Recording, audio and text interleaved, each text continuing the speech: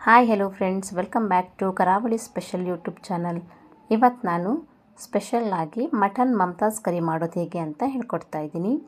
ನೀವು first time ನನ್ನ ಚಾನಲ್ನ ನೋಡ್ತಾ ಇದ್ದರೆ ಪ್ಲೀಸ್ ಸಬ್ಸ್ಕ್ರೈಬ್ ಮಾಡ್ಕೊಳ್ಳಿ, ಹಾಗೆ ಪಕ್ಕದಲ್ಲಿರುವ ಬೆಲ್ ಐಕನ್ನ ಕೂಡ ಪ್ರೆಸ್ ಮಾಡಿ. ನಾನು ಹಾಕುವಂಥ ನೆಕ್ಸ್ಟ್ ವಿಡಿಯೋಗಳ ನೋಟಿಫಿಕೇಷನ್ ನಿಮಗೆ ಸಿಗುತ್ತೆ. ಮಟನ್ ಮಮ್ತಾಜ್ ಕರಿ ಮಾಡೋದಕ್ಕೆ ನಾನಿಲ್ಲಿ ಇವಾಗ 500 ಗ್ರಾಮ್ ಆಗುವಷ್ಟು ಮಟನನ್ನು ಚೆನ್ನಾಗಿ ವಾಶ್ ಮಾಡಿ ಇಟ್ಕೊಂಡಿದ್ದೀನಿ. ಇವಾಗ ಇದನ್ನು ಮ್ಯಾರಿನೇಟ್ ಮಾಡ್ಕೊಳ್ತಾ ಇದ್ದೀನಿ. ಮ್ಯಾರಿನೇಟ್ ಮಾಡೋದಕ್ಕೆ ನಾನಿಲ್ಲಿ ರುಚಿಗೆ ತಕ್ಕಷ್ಟು ಉಪ್ಪು, 1/4 ಚಮಚದಷ್ಟು ಅರಿಶಿಣದ ಪುಡಿ, 1 ಚಮಚದಷ್ಟು ಧನಿಯಾ ಪೌಡರ್, ಅರ್ಧ ಚಮಚದಷ್ಟು ಜೀರಿಗೆ ಪೌಡರ್, 1/4 ಚಮಚದಷ್ಟು ಗರಂ ಮಸಾಲ ಪೌಡರ್, 1/2 ಚಮಚದಷ್ಟು ಶುಂಠಿ ಬೆಳ್ಳುಳ್ಳಿ ಪೇಸ್ಟ್, ಅರ್ಧ ಕಪ್ ಆಗುವಷ್ಟು ಮೊಸರು, 1/4 ಚಮಚದಷ್ಟು ಪೆಪ್ಪರ್ ಪೌಡ್ರನ್ನ ಹಾಕ್ಕೊಂಡು ಇದನ್ನು ಚೆನ್ನಾಗಿ ಮಿಕ್ಸ್ ಮಾಡ್ಕೊಳ್ತಾ ಇದ್ದೀನಿ. ಖಾರ ಜಾಸ್ತಿ ಬೇಕನ್ನೋರು ಪೆಪ್ಪರ್ ಪೌಡ್ರನ್ನ ಜಾಸ್ತಿ ಹಾಕ್ಕೊಳ್ಬೋದು. ಇದನ್ನು ಈ ಥರ ಚೆನ್ನಾಗಿ ಮಿಕ್ಸ್ ಮಾಡಿ ಅರ್ಧ ಗಂಟೆಗಳ ಕಾಲ ಇದನ್ನು ಹಾಗೆ ಇಡ್ತಾ ಇದ್ದೀನಿ. ಹೊರಗಡೆ ಬೇಕಿದ್ರೂ ಹಾಗೆ ಇಟ್ಕೊಳ್ಬೋದು, ಇಲ್ಲ ಫ್ರೀಝರ್ನಲ್ಲಿ ಬೇಕಿದ್ರೂ ಇದನ್ನು ಇಡ್ಬೋದು.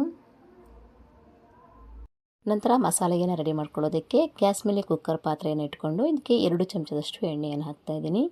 ಎಣ್ಣೆ ಬಿಸಿ ಆದಮೇಲೆ ಇದಕ್ಕೆ ಕಟ್ ಮಾಡಿದ 2 ಈರುಳ್ಳಿ, 3 ಹಸಿಮೆಣಸು, 2 ಟೊಮೊಟೊ, 4ರಿಂದ 5 ಬೆಳ್ಳುಳ್ಳಿಯ ಎಸ್ಲು, ಸ್ವಲ್ಪ ಶುಂಠಿ, 8ರಿಂದ 10 ಕ್ಯಾಶ್ಯೂನ ಹಾಕ್ಕೊಂಡು ಇದನ್ನು ಚೆನ್ನಾಗಿ ಫ್ರೈ ಮಾಡ್ಕೊಳ್ತಾ ಇದ್ದೀನಿ.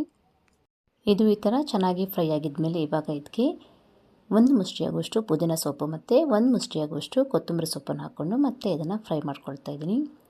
ಇದೆಲ್ಲ ಚೆನ್ನಾಗಿ ಫ್ರೈ ಆಗಿ ಈ ಥರ ಸಾಫ್ಟ್ ಆಗಿದ್ಮೇಲೆ ಒಂದು ಪ್ಲೇಟ್ನಲ್ಲಿ ಇದನ್ನು ಎತ್ತಿಟ್ಕೊಳ್ತಾ ಇದ್ದೀನಿ.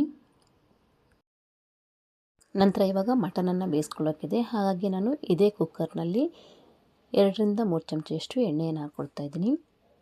ಎಣ್ಣೆ ಬದಲಿಗೆ ಬಟರನ್ನು ಕೂಡ ಯೂಸ್ ಮಾಡ್ಬೋದು. ಎಣ್ಣೆ ಬಿಸಿ ಆದಮೇಲೆ ಇದಕ್ಕೆ 2 ಪಲಾವ್ ಎಲೆ, ಅರ್ಧ ಚಮಚದಷ್ಟು ಸೋಂಪು ಕಾಳು, 1 ಪೀಸ್ ಆಗುವಷ್ಟು ಚಕ್ಕೆ, 3 ಲವಂಗ, 2 ಏಲಕ್ಕಿಯನ್ನು ಹಾಕ್ಕೊಂಡು ಇದನ್ನು ಫ್ರೈ ಮಾಡ್ಕೊಳ್ತಾ ಇದ್ದೀನಿ.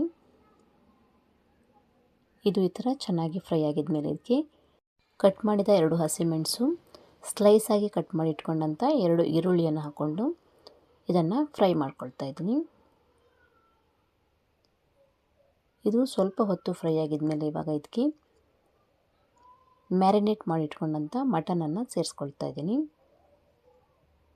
ಇದನ್ನು ಹಾಕಿದ ಮೇಲೆ ಒಂದ್ಸಲ ಇದನ್ನು 2ರಿಂದ 3 ನಿಮಿಷಗಳ ಕಾಲ ಹಾಗೆ ಫ್ರೈ ಮಾಡ್ಕೊಳ್ತಾ ಇದ್ದೀನಿ. ಇದು ಈ ಥರ ಫ್ರೈ ಆಗಿ ಲೈಟಾಗಿ ಇದರಲ್ಲಿ ಬಬಲ್ಸ್ಗಳು ಬರೋದಕ್ಕೆ ಸ್ಟಾರ್ಟ್ ಆಗಿದ್ಮೇಲೆ ಇವಾಗ ಇದಕ್ಕೆ 2 ಕಪ್ ಆಗುವಷ್ಟು ನೀರನ್ನು ಸೇರಿಸ್ಕೊಂಡು ಮತ್ತೆ ಇದನ್ನು ಚೆನ್ನಾಗಿ ಮಿಕ್ಸ್ ಮಾಡಿ ಕುಕ್ಕರ್ ಮುಚ್ಚಳವನ್ನು ಮುಚ್ಚಿ 5 ವಿಸಿಲ್ನ ಹಾಕ್ಸ್ಕೊಳ್ತಾ ಇದ್ದೀನಿ. 5 ವಿಸಿಲ್ ಹಾಕ್ಸ್ಕೊಂಡ್ರೆ ಸಾಕಾಗುತ್ತೆ, ಮಟನ್ ಚೆನ್ನಾಗಿ ಬೇಯುತ್ತೆ. ಇನ್ ಕೇಸ್ ಅದು ಬೆಂದಿಲ್ಲ ಅಂದರೆ ಮತ್ತೆ 2 ವಿಸಿಲ್ನ ಹಾಕ್ಸ್ಕೊಂಡ್ರೆ ಸರಿಯಾಗುತ್ತೆ.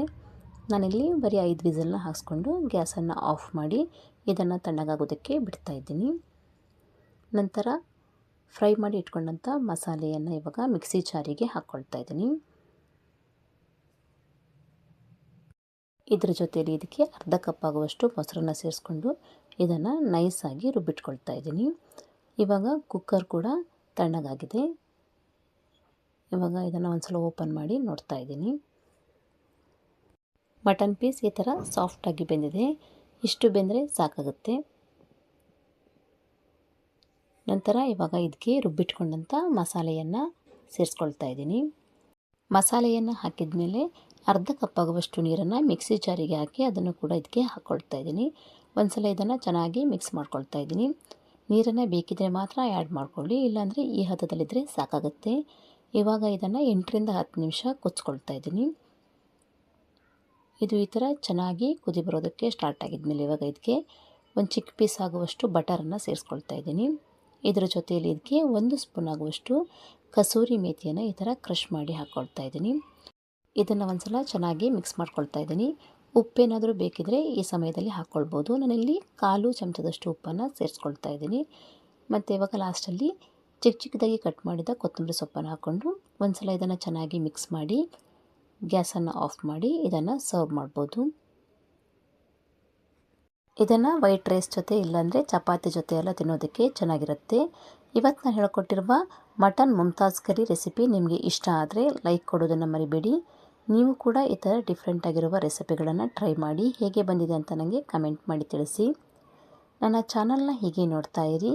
ನನ್ನ ರೆಸಿಪಿಗಳನ್ನು ಫ್ಯಾಮಿಲಿ ಮತ್ತು ಫ್ರೆಂಡ್ಸ್ ಜೊತೆ ಕೂಡ ಶೇರ್ ಮಾಡಿ. ಮುಂದಿನ ವಿಡಿಯೋದೊಂದಿಗೆ ಮತ್ತೆ ಸಿಗ್ತೀನಿ. Thank you so much.